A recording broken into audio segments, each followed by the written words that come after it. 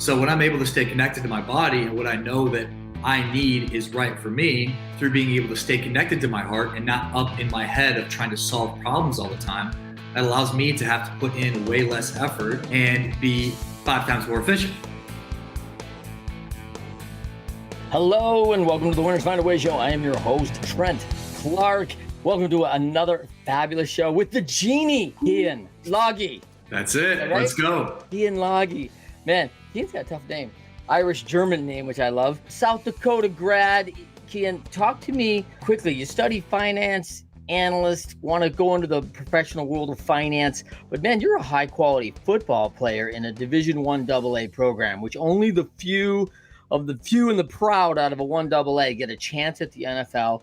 You pursue that dream with Kansas City and New Orleans, and in that pursuit, you somewhat find yourself out of the analyst world and pursuing your passions in this world. Walk me through that time in your life at that 22, 23-year-old stage. Yeah, so football was a closed door for me. I had a neck injury to where I could never play again, so that was moved on to my past. And shortly after I got the news I'd never play again, I came to the reality that I'd have to do exactly what I went to school for. And once that reality set in, I realized that that was not what I wanted to do. And I only wanted to do what I wanted to do, separate from what I thought might make me money. So naturally, playing football, which is something I love to do, I said, what's the next thing that I really want to do? And I picked up a book called The Biology of Belief by a guy named Bruce Lipton. He talks about being able to manufacture your own heaven on earth. And I thought that was pretty cool. So from then on, I dove headfirst into what it looked like from a scientific standpoint of how to manufacture my own heaven on earth, and wanted to help other people do the same. So that takes me down a path of the wild journey of the last 6 years of my life. But if you'd like to go into that, we can. Well, great. We're going to do that. Let's talk a little bit. First, tell everybody where they can find you on the Winners Find a Way show. They listen to these guests. Hey, sometimes people don't know the Genie is a household name yet, which is awesome. They will. But when they first hear about you, tell them where they can find you, Keyen. You can find me on Instagram at official Keyen, and on Facebook, Keyen Lage. If you want to check our website out, it's keyenlage.com. It's awesome. So let's talk. We're both Midwest kids. You know, a couple of things we talked about offline was growing up in the Midwest. I remember coaching with a guy in professional sports, and he was a manager of a lot of teams, and he'd seen a lot of ball players come and go. And he was like, man, those Midwest kids, man, they always just kind of got it figured out, you know?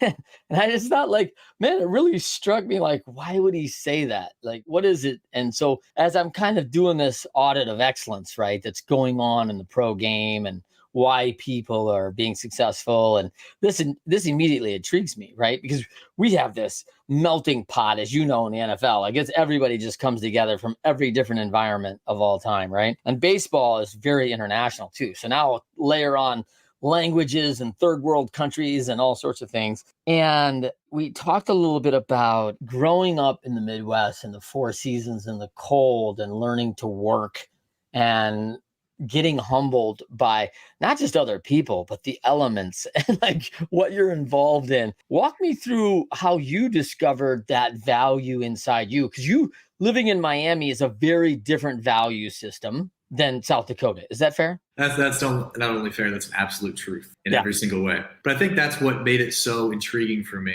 I didn't know it at the time, but I think my soul was desiring to experience more than what I had experienced and to establish a different part of myself that I didn't have the opportunity to establish while living in South Dakota. So I think the contrast actually is what drove me here and has allowed me to capitalize on a lot of the opportunities that I've been able to due to having the background that I've had. Yeah, I think that's big. What I have found is that, you know, as I travel around the world and coach athletes and people from all over, the Midwest values are just kind of really steady, right? You know, family's a big thing and it's important and it's grounded, and that's grounded in humility, because the moment you're a big deal, a big brother like Keyen will, you know, get you in your place and make sure that, you know, you're not that big of a deal yet, right? And so you got to keep I don't think so. Okay. I say I don't think so because I think one of the central things that many people in the Midwest have a difficult time doing is really seeing themselves as a big deal. I think there's a lot of very hardworking people that know how to be the underdog and know how to work very hard. But then when it comes down to being able to put themselves out there in a way where they can positively speak about themselves, they don't really do that because we're taught to not be arrogant. We're taught to not be cocky. And ultimately, Yeah. I think the absence of self-promotion is where a lot of people from the Midwest can go wrong. We learn how to be very good at what we do and become very valuable. But then when it comes down to being able to speak about ourselves in that way, we can fall short. So Yeah. oftentimes it feel like with people from the Midwest, it's more me giving them permission to be fully as they are and to express themselves fully as they are in all of their talent, in all of their excellence, and not trying to get them to chill it out, but allow them to say, hey, I'm the fucking man. I'm the best at what I do. And to not feel bad about that or feel wrong for others perceiving him or them as arrogant. Yeah, I think that's an interesting insight of the Midwest, right? Because I can remember I'm the youngest of four, and the Genie here, Keyen, is the oldest of four. So we have that dynamic that's a little bit reversed. And so I can remember, I was excelling in sports a lot because I was playing with my big brother, 6 and 4 years older. So like when I was 12 and I started playing with kids my age, I'm like, how easy is this? Like I've been playing with 18 and 16-year-olds, like this is nothing, right? And so that led to a little bit of arrogance. I think that led to me thinking like, hey, I'm kind of something. And I remember one day shooting baskets in my lawn, my driveway, sitting out the back of my house. And my dad had a den off the back of the house. And spring and summer, he'd have the doors open and he'd hear us, chatting, which also was another little value. There was always ears in the Midwest about you want to run your mouth about something or bad language or bad intent. There was always someone listening like, and you heard that? Like you had to mind your P's and Q's, right? And I think I was probably being a little braggadocious of the game the night before, scored a few goals in the hockey game and blah, blah, blah. And man, my dad, I came in and my dad sat me down and just said, hey, listen, I heard you outside. And I said, oh, yeah, Ben was over, blah, blah, blah. We're just shooting some hoop. And he's like, yeah, sounds like you're talking a lot about yourself. And I was like, well, I mean, we were just talking about the game. He goes, well, it sounded really braggadocious to me.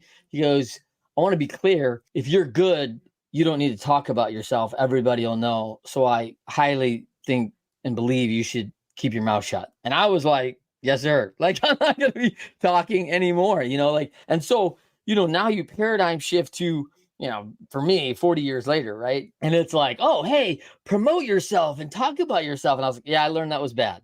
From the very beginning, I learned you don't It's talk ingrained about into our DNA from that region. Yep. And I think maybe part of it's the hockey thing, right? Keyen, I don't know if you grew up in South Dakota playing hockey, but man, in hockey, like if you get too big for your britches, someone will set you straight in a hurry, right? Like they will level you either off your blades or they will level you with the gloves off, right? Yeah, because And here's so, the thing. People in the Midwest, there's nothing else to worry about, so people worry about people. yeah. Whereas you get to the coast in these bigger cities, man, nobody cares.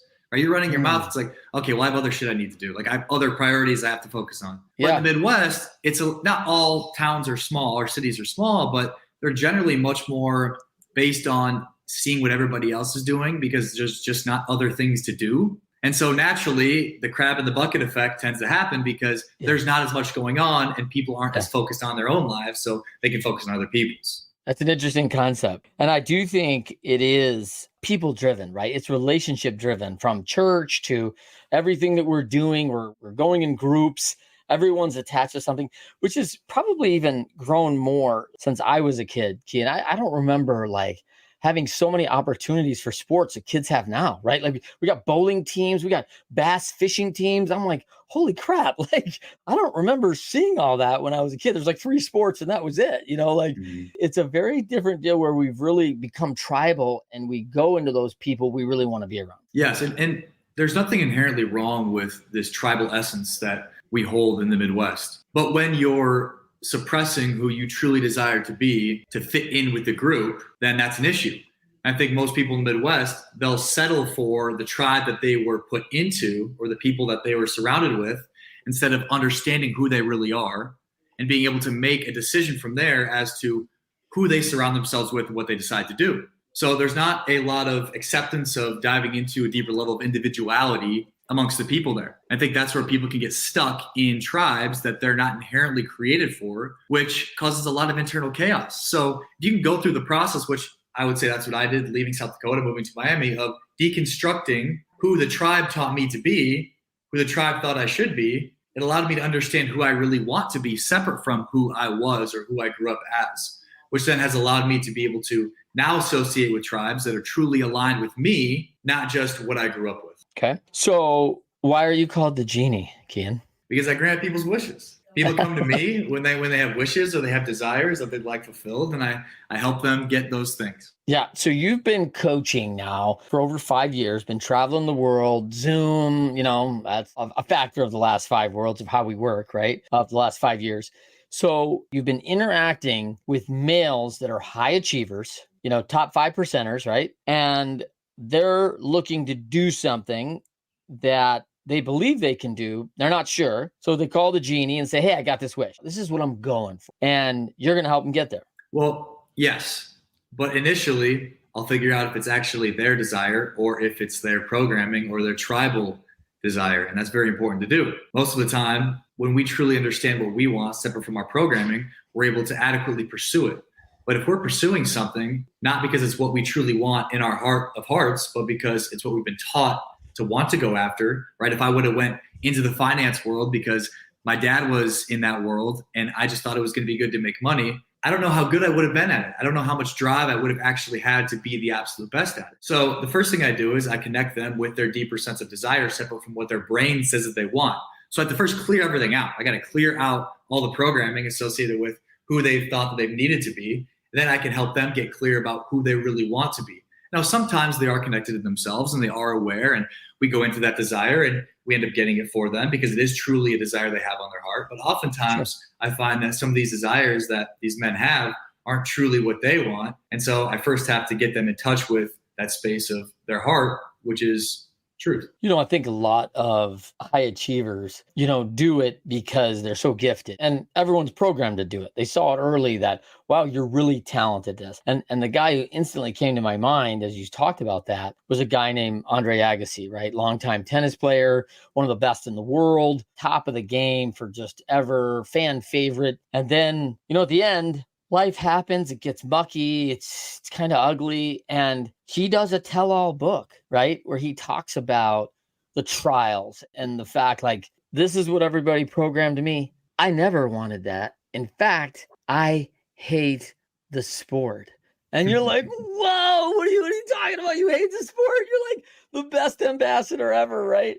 And it's like come full circle. Like this guy's got to find out and reprogram, because coming back and finding joy in it all and the journey and the process, he was able to do through a lot of work. And I give the guy a big, tip of the cap and honor that he figured that out. But, for years, this is what the outside sees. The outside sees this, oh, everything's great. You're a high achiever. You're awesome. And internally, people are dying. Yeah. And I think inside all high achievers, because I would absolutely consider myself one, and not one that has been built, but one that was born. Nobody ever had to teach me how to work hard. Nobody ever had to push me to go after anything. I was doing push-ups when I was in second grade because I wanted to do them, and I knew it was going to get me to what I wanted.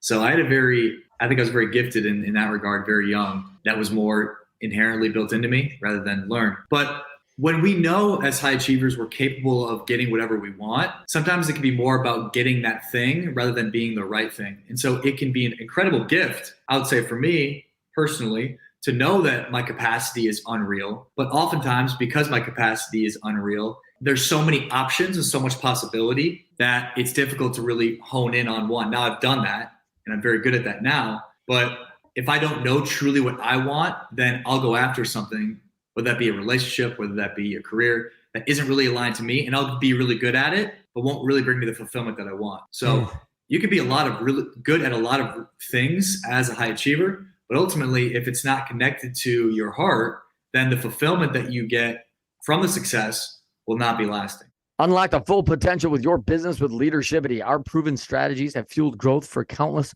organizations. Ready to elevate your leadership and scale your success? Book your free 15-minute consultation now.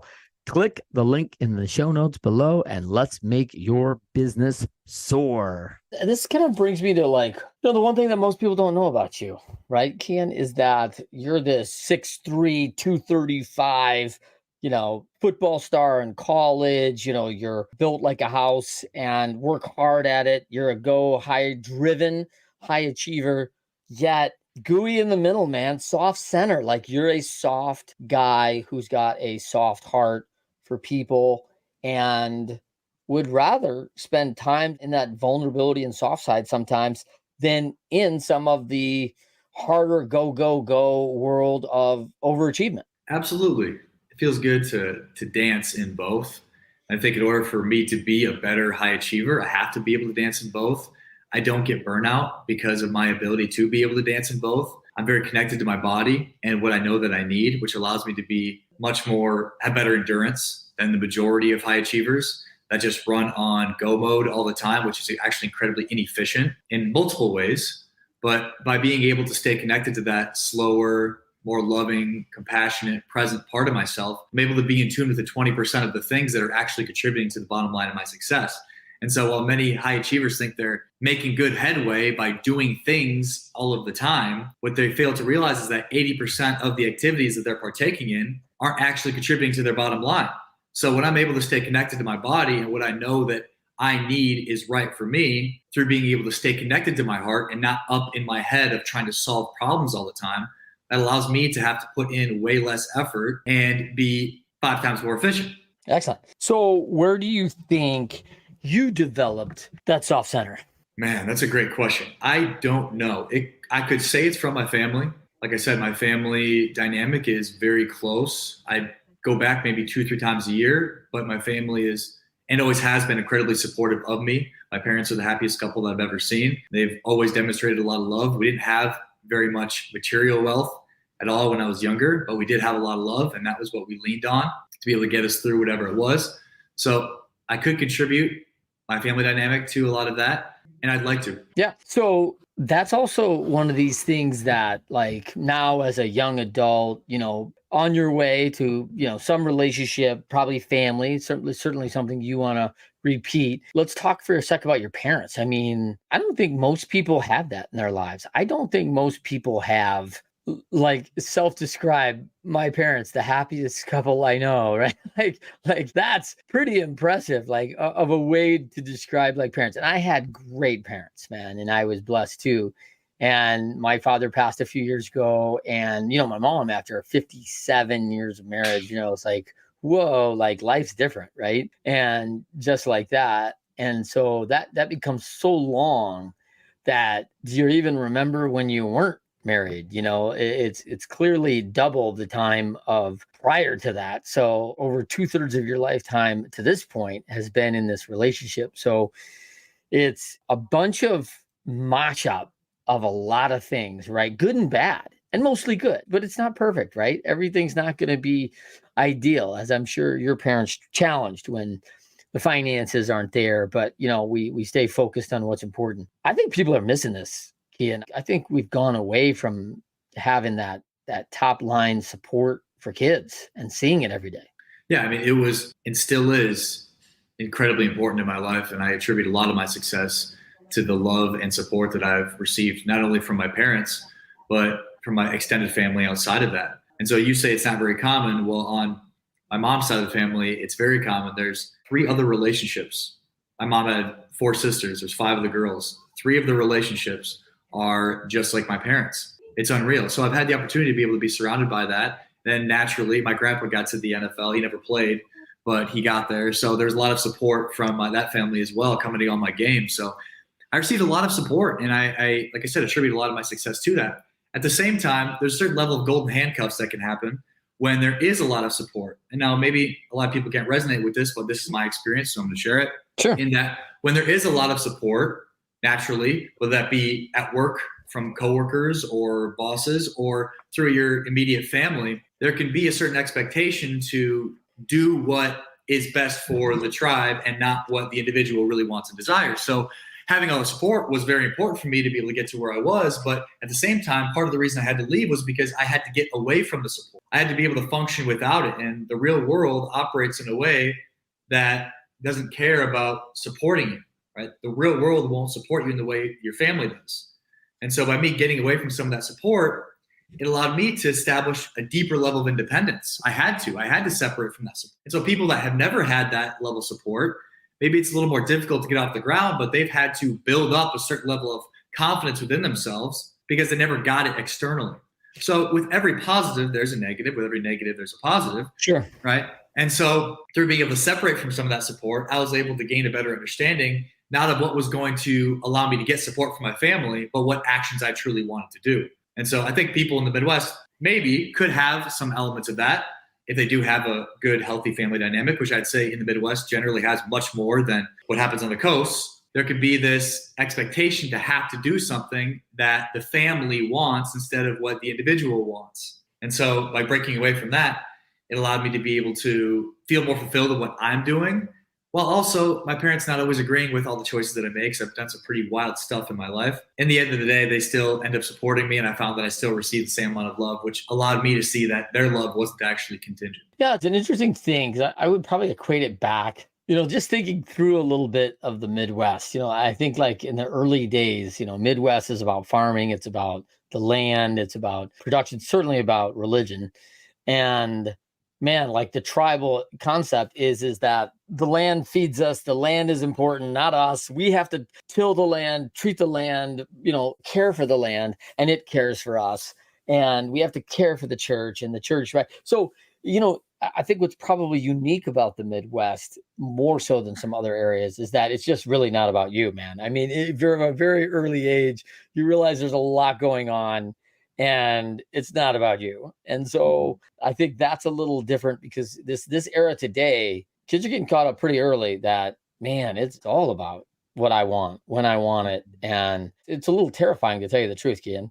Yeah, it definitely can be. And naturally, based on survival, our parents had to operate in that way. Yeah. Most of our parents had to work their asses off to be able to survive. Whereas now there's generally amongst the population much more abundance that exists. So now, because there's more safety and more abundance for the general population, we now have the ability to be able to think outside of what's happening right in front of us. Yeah. And so naturally with that comes a little more individuality. And I don't think that's a good thing, or whether you think it's a good thing or bad thing, I suppose it doesn't matter. That's the way that our world is moving. The question is, well, how do you thrive with being able to operate fully as an individual? And being disconnected from the whole, which I think many people found during COVID, is not the most fulfilling thing. Yeah. So the tough part about knowing that possibility is limitless and that we can do whatever we want is having to actually choose what it is that we want when the time comes. And I would say for me personally, having the mind that is my mind that's incredibly expansive and understanding I can do whatever I want, I can be wherever I want, being able to choose the things that I do decide to commit to and want to commit to. And I think that Midwest mentality of understanding, okay, it is important for me to eventually commit in one way or another to a career, a relationship, a group of people. And so the end goal isn't extreme independence, but to be able to understand myself fully, to know what handcuffs I want to put on myself that will allow me to find the most fulfillment. I think one of the challenges, as you say, is this dynamic moves to less of the group mentality and the team of survival, and the individuality moves. The system's not set up well for individuality, right? Like we have to make decisions and follow laws for the greater good. Like we make things that are in place for the majority. It's not going to be for everybody, but if it fits the majority, we should all follow in that. And then all of a sudden now we have individuality who says, I don't want to follow that. And it's like, ooh, that makes hard for a team environment, man. Like, I mean, as playing defense and being a defensive captain, and hey, we're going to go in and we're going to run a 4-3 defense. And I was like, you know what? I'm not running that. Like, I'm dropping into the nickel because, I feel like they may go deep and I may just have to play, center field on this thing, Keyen. So I'm not doing that. Like 3rd and 1, man. We're packing it up, man. No, I want to do what I want to do. And you're going to have to watch from the sidelines because you can't be on the team if we can't get on the same thing. And so the challenge in this is that as these achievers that you're working with, there's a new dynamic as a leader. And my assumption is, and I want you to clarify for me, if they're really looking for this big achievement, this big wish, my guess is that probably 99% of those wishes are going to involve other people, their company, their families, someone else is going to be involved in that wish, and they're going to need some alignment around that. And my concern, I guess, Keyen, is how do we keep it in alignment? Well, what's your definition of alignment? When you say keep it in alignment, what does that mean? Yeah, I think my definition of alignment would be, having a central top line direction, and that within those parameters, with a lot of looseness around that, right, is that we're all going to move in that direction for the greater good. So there is a central theme, and this is really easy to define in teams, Keyen, right? Like, because we could say, hey, our goal is to win the 1AA, national championship, right? And South Dakota has certainly been in that hunt, for a number of times. And so have they won one, by the way? No, Not we yet. moved Okay. to Division One, I think 10 years ago, but no, we haven't. Okay. So if that's the goal and everyone's moved that, we've all got a bunch of ideas about how that might look. And we've got a bunch of experiences that may lend itself to us as a team getting there. And my idea may be not as good as your idea. And so being open to the ideas of what we can do as a team and as a unit to get there is awesome. But I think when we're out of alignment, it's individuals taking matters into their own hands of what they think best is not willing to follow towards that greater goal, even when the tribe has decided this is how we will do it at this point. We can change, but today this is how we're doing it. I don't agree with that way. I'm going to do it my way. And I think the individuality in that state kind of steps out of bounds, and they're not acting within the lines of the playing field anymore. That's, I think, out of alignment. Yeah, okay. Thank you for explaining that. What makes an incredible coach is one's ability to be able to see who fits into the scheme that they have already created. Yeah. Okay, that's what makes an incredible coach, at least in the recruiting process part of it. And I want to use that as an example with comparing to my clients or the individuals that I work with. Mm-hmm. If a coach doesn't know what type of defense he wants to run or an offense that he wants to run, he won't be able to adequately choose which players he needs. So he'll focus on things outside of what that individual role needs. So if a coach isn't clear about the positions that he needs filled and the attributes associated with each of those positions, then naturally he's going to bring people in that don't fit those roles, and he's going to experience problems. That's not the problems of the players. That's the problem of the coach. Agreed. So as an individual, to be able to create your own heaven on earth, you have to be able to fully understand the offense, the defense that you want to run, and which players will fit perfectly within those roles and what attributes it takes to be able to allow those players to fit within those roles. Yeah. But if you're creating an offense and a defense out of the programming that you've had, that your parents or your upbringing taught you was the best offense or defense, you're still stuck in the maybe 1980s, then you can't adequately recruit the players that you need because you don't have the conviction associated with the offense and defense that you're running. The conviction that comes with being able to get the players that you want is the belief in the direction that you're moving. And if the direction that you're moving isn't truly from that deeper place of your heart, then you're not going to be able to get the team together that really is adequate to fulfill the vision that you ultimately have, which is to win a Super Bowl. Yeah, I think that so we're often missing that communication, right? That may be in somebody's mind because nobody knows they may have an idea for that. Nobody has any idea what they want anymore because we're exposed to a million different forms of stimuli all the time. I can have an idea of what I want, and then I get on my phone and I see Tom on a vacation in Paris. Like, oh fuck, I want what Tom has, and then that idea what they want just goes out the window, right? So teams aren't being properly formed anymore because nobody knows their role. Nobody knows who they are. So we can't create an organization because everybody has ultimate ability to do whatever they want, but at the expense of knowing who they really are.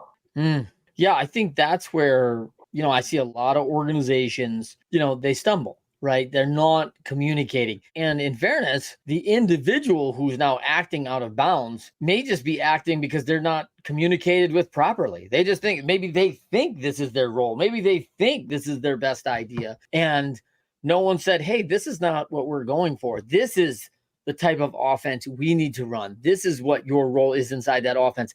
This is exactly what I need from you. This is what success looks like in your role. And I don't see a lot of that happening, as you know, Keyen, in your work. Yes. It's a huge challenge for leadership. And, what we say at Leadershipity is, there's a lot of organizations that are being run that need a lot of leadership and a lot of coaching. And nobody went to school for leadership and coaching. And it's like, hey, man, this stuff's going to happen. You got all this organization. You have to coach these people into your alignment, what you're going for. And they're like, well, how do you coach somebody? And I'm like, you're playing from behind already. And you're going to need some help like now, because if the leaders don't understand this, chaos will just prevail, right? Like this is not going to be great. Absolutely. Tell me why males? You were directly working with high achieving males. And I asked that, and you'll love this, Keyen. I asked that because in Leadershipity, At one point, we had almost 70% of our clients were female CEOs. And of course, I'm going back like I always do, going, how did all these women find us? Like, why did they choose us? And so now I'm back on the horn, reviewing the tapes, right, Keyen? Hey, why did we win? Why did you call us? Who did you call first? Who referred you? Women don't generally have as big of egos. That's right, which is why we're getting called, because they want to develop, and the males don't want to hear that I'm not good at coaching and I'm not good at leadership. Even it may be true, but I don't want to hear it, and I'm not likely to pick up the phone and all of a sudden start doing something about it. And the women are going, hey, I want to develop not only me, but I want to develop my team members because they're more tribal, right? And they're like, bring everybody in and let's all get the advantage of Keyen's understanding and his experience, and he's going to help us all get better. And they're very inclusive in that way, which is how I think we got to that 70% number. Yeah, naturally, for sure. And well, I don't know. I don't know if it's natural because you work with these male high achievers, and I've got a lot of them around me, right? No, it is natural. And I've gone through seasons where I have only worked with women as well. So I've gone through seasons where I've worked with men and women. I've gone through seasons where I've worked only with women. And so this recent season, I would say the last 8 months, has been just men. Okay. And so you step into this focus. What's your purpose and intent of going after these male achievers and becoming their genie? I've noticed that, at least my own personal understanding of this, is that women, because of their more tribal nature, are generally followers in a relationship. If I can focus on the men who are in charge of creating a good reflection, right? A woman is naturally a reflection to a man in a relationship. Not to say she doesn't have any autonomy, but in general, a woman's behavior is reflective of the man that she's following. If I can focus on those men, then I'll indirectly be able to focus on the women.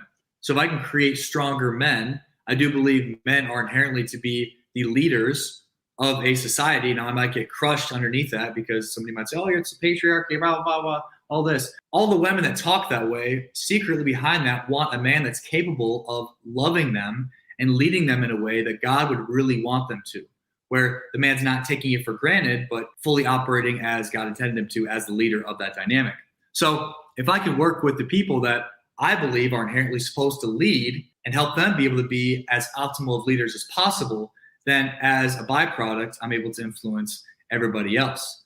And if I can help these men be able to not operate fully from a place of serving whatever it is that their programming says that they should get, I can help them get beyond themselves and be able to have more empathy and understanding for what it's truly going to take to help them build the team around them that they really want and how to sustain it as well. Yeah, I think that's interesting, right? I mean, I think going to the source of influence, and people can talk about that may feel disingenuous to women, but I'm in the entrepreneur organization. I know that over 80% of all males are CEOs and they own companies over $1 million. It's not a matter of it should be different. It's a matter of truth because that's the statistics on it, right? It's just stats. And I can give a whole host of reasons of why that happens, right? And my wife's a good example, has a nice small business, has zero desire to build a scalable multi-million-dollar company, right? She's like, I help people learn Latin and I have a nice little online system and that's cool. But she doesn't want to be the provider. She wants to focus her attention on a lot of other things, and business is not certainly her only focus, right?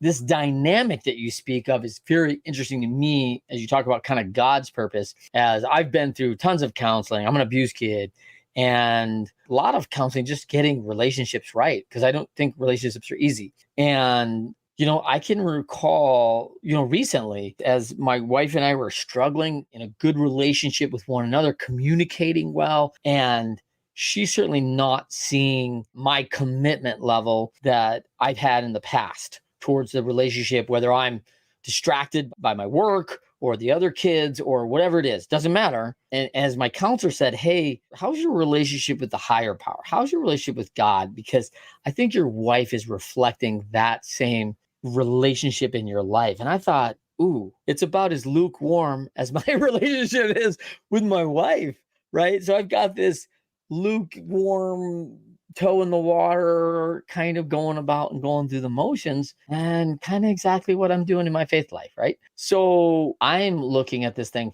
frustrated in this relationship. And he's like, yeah, I think God's looking at you the same way. And I was like, dang, man, nothing like a punch to the nose, right? And I'm like, wake up and smell the coffee, Trent. Like, but that was hard to hear. Yeah, absolutely. And that often can be the case where it is right person, wrong perspective. But oftentimes what I find, especially now in today's world, what's very, very important is understanding who we are so we can understand what we truly desire in a partner. And so sometimes there's this that happens a lot in a partnership between a man and a woman. And it isn't just the fact that there's a lack of connection with God on the man's part, but that he didn't adequately understand himself in a way to know what he wanted. So maybe he wasn't that inspired to pour into that person because he didn't choose that person out of a place of what he truly desired, or from a place of what he thought might fulfill something within him. And I think understanding who we are as men and our value systems for how we want to live our lives, and the direction that we want to take our lives, and to be adequately moving towards those things, that's a very important part of the process before we choose who we want to have as the person that's going to be the primary influence in our lives. So that should not be taken lightly. And one of the first steps that I believe men need to take is understanding themselves fully so they can understand where a woman can fit into their life, so they can choose a woman that they will pour fully into and love them as God loves us. When you get in these wishes of your male achievers, how much, I mean, just on a percentage basis, we talked a little bit about 80-20, on the workload. How much, if you were to ballpark this out of a percentages, relationships are going to be a key element to getting your wish fulfilled? How you interact with other people. And there's a lot of them. We're just talking about spouses quickly and significant others, but there's a lot of relationships.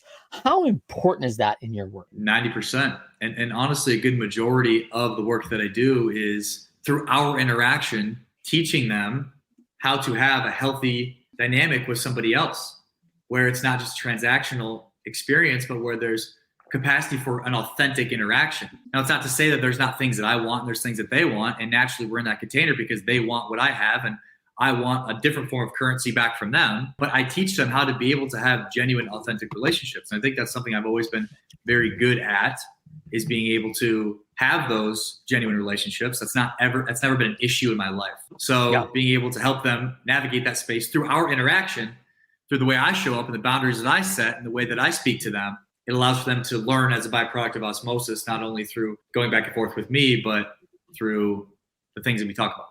When we talk about your list of clients that have come along and they're going for this thing they wish for, once you kind of really with clarity stated that we have to get really focused that they actually are moving towards what they want, because sometimes the first request isn't actually what they want. And that's the danger of like, ooh, I just went to the top of the mountain and I got it. And then I looked over and I was like, oh, I was supposed to be on that mountain over there. This is the wrong mountain. That's what I want. Like, that's a long way back down and up, right? So, and I've seen that happen a lot. Yeah, it depends. Call in the helicopter and get our lift? No, they have to tumble all the way down.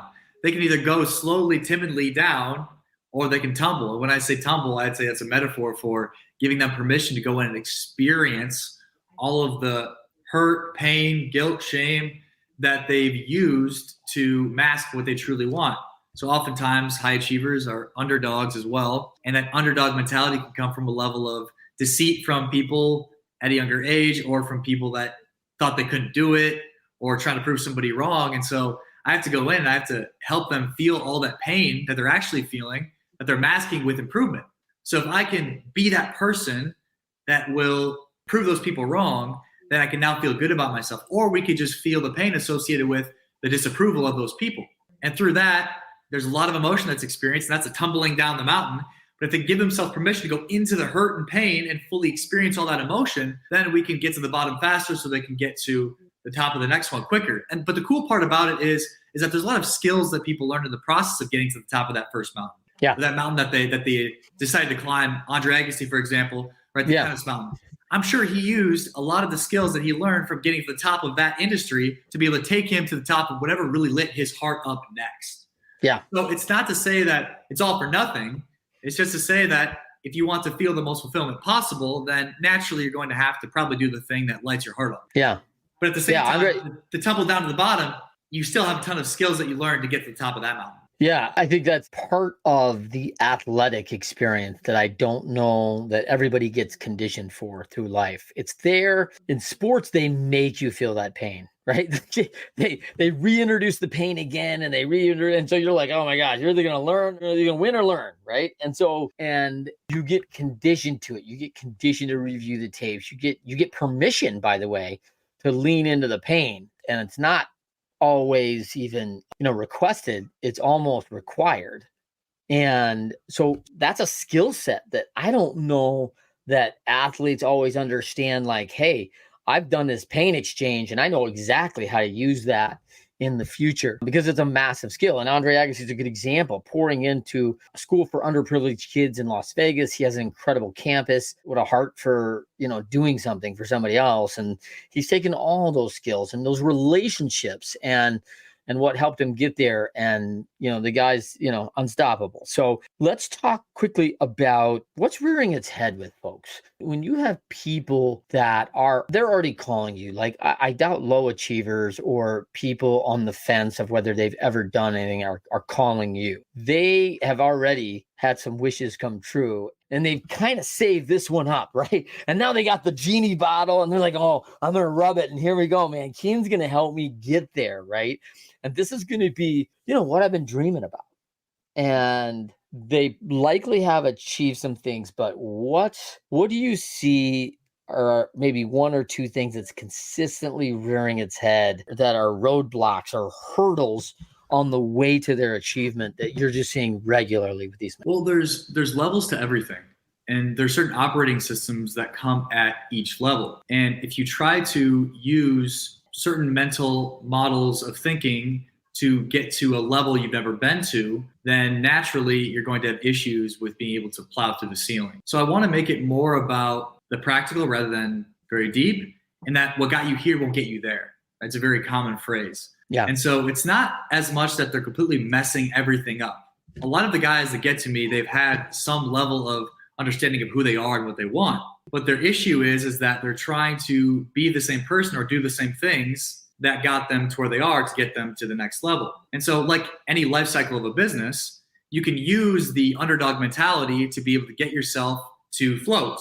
But then the mentality that comes with being able to build on top of a solid foundation is very different. And then once you've developed a business that's thriving and doing well, being able to sustain it and thrive even more is a different operating system. And so really it's more about being able to help them get very clear about where they are in their process and where they want to be, and be able to bridge the gap between the operating system mentally that they're currently using and shifting it into a different operating system that ultimately allows them to get what they want. So it's 1 to 2 degree shifts that I help them do that aren't life-changing, but ultimately in the long run, you're at a 1 degree shift ends up being quite a bit different than where they were. Yeah, I love that. There's an analogy that if you take off in a plane in LA and you're 1 degree off going to New York, you land in DC. So like that's a long way from New York City.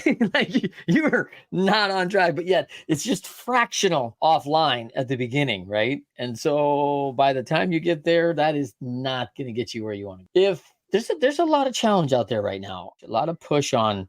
It's harder than it was before. It feels like more roadblocks. It feels like it's just a lot less alignment. If you knew, someone's going through challenges right now, Keyen, do you have a couple things that you think someone needs to step up and do right away that's really important to get back online, to get back moving towards a positive direction? If you're someone that's constantly consuming content, which oftentimes are the people that come to me, so I'll speak to those people. They're people that are very driven to become the best version of themselves. So naturally, they're consuming content all the time and in different ways of how they can improve themselves or be better. I would tell those people to stop consuming content for an extended period of time. I'd say stop it. Get really clear about who you are when you're not consuming information, because it's very easy to take on the thoughts and opinions of other people when people are very good at speaking that you're consuming information from. And so if you can get away from the consumption of content, you can get more clear about what you want. And in today's world, it's a superpower. People that are able to separate themselves from the collective cloud that's operating in front of us are the people that are able to thrive because they're able to actually understand what they want. Whereas most people are running around like squirrels, going from one thing to another because the local influencer that they follow tells them that they should want that, okay? So if you can get really quiet in regards to the inputs that are coming in on you for a week or two, that will help you get much more clear about what it is that you want. And during that time, I'd recommend doing a lot of journaling and speaking out your thoughts into a recording. But that's what I would say right now in today's world is those that are willing to separate from the pack or the influences that are being imposed upon them are the ones that are able to have more conviction in who they are, what they want, because they're able to actually get clear about that because they create the space for it. I love that. I think that's great advice. And from a guy, I really appreciate that personally. I mean, there's a lot of news out there, man. A lot of different noise. Unreal how much noise now. And these talking heads are just always ever present until leave behind the units that they show up in, right? So that's great stuff, man. All right. The Genie, Keyen Lage. Thank you for joining us on the Winners Find a Way show. Last thing, Keyen, is there something that you have like a quote when you're challenged, when things are a little rough for you?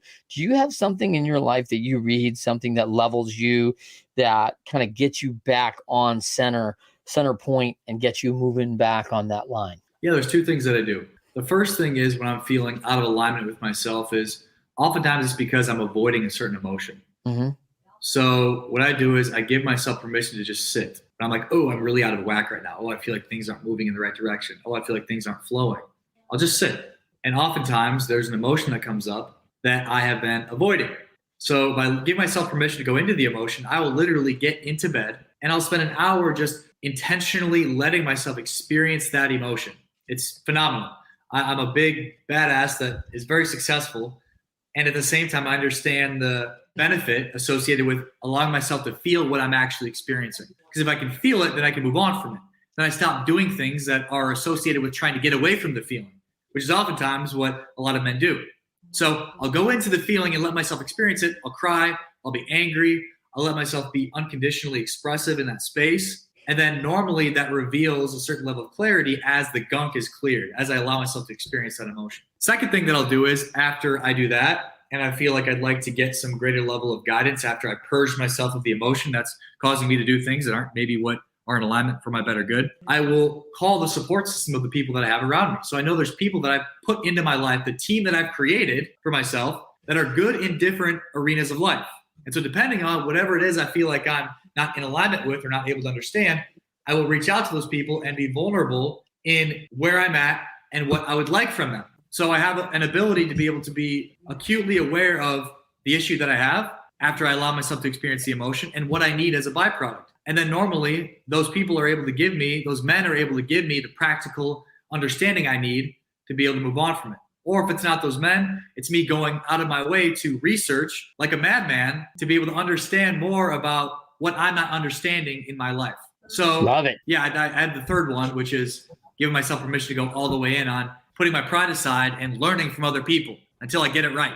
Okay. Yeah, I think that's something that, I've heard this come up a lot with some of my folks and high achievers, is that's come up more times than I expected, actually, on 2024 goals, is give myself permission and humbly check my ego at the door to learn from other people. And I think they're recognizing that it's my ego that's kind of stuck, right? It's like, hey, I've done some things and here I come in to give some answers, some solutions, and maybe I got to start learning more from other people and not be the first solution provider. And well, it's very inefficient. It's so inefficient. Like, that's how I look at it. Like, operating in that way is just incredibly inefficient. If you want to continue to get better or feel the way that you feel and the successes that you had, you have to operate in this way. So it's just very unintelligent actually to operate in that way. But that doesn't mean I can't at the same time say I'm the best coach in the world. I can confidently say I am the best in the world at what I do and be open to becoming better. I think that's what the sweet spot is. I think most people come from one end of the spectrum or the other. They either come from a way of, we'll say the coasts, right? The Miami, Los Angeles mentality of, well, I'm the shit. Doesn't matter how valuable I actually am. I am valuable just because I say I am. They could probably learn how to be able to embody a little bit more of the value-based operating, learning how to become valuable, not just present themselves as being that. And the Midwest mentality, coming full circle, which is, let me just get really valuable and be incredibly humble And now I need to learn how to be able to speak about myself in a way that's true. And so I think I'm a beautiful combination of both. I can sit here and say, I truly believe I'm the best in the world at what I do. And also, as we get off this call, be willing to be wrong about something that I've spoken about. Yeah, it's all right. It's a dance. It's a little bit, right? All right. So for everybody else, Keyen, thank you so much for joining us today. I mean, so fun on the Winners Find a Way show, always to talk in depth about these challenging things, and thankful for Keyen his time. Keyen was a last minute replacement, so very super thankful that he could jump on and move schedules around to get the Genie on, because that's not easy. So we all got blessed today. And for everybody, tune in, Winners Find a Way show every Friday, 12:30 p.m. Eastern, 9:30 a.m. Pacific, live, LinkedIn, YouTube, and Facebook, and then on all your major podcasting networks. So check us out. And until next time, winners do find a way. And I am looking to being unconditionally expressive. I thought that was pretty great, man. Unconditionally expressive. I'm going to find that in myself as I look for my emotion. So cool. Thanks, everybody. Join us next time. Thanks, Trent. Organizations come to me all the time with challenges of execution and communication with their teams. We help build a system through Bloom Growth and software that gives them simplification and prioritization. I teach, facilitate, and coach these organizations to literally double their value. If you're interested in gaining your individual and organizational growth, please email me at trent@leadershipity.com or click the link below and book a 15-minute call on my Calendly.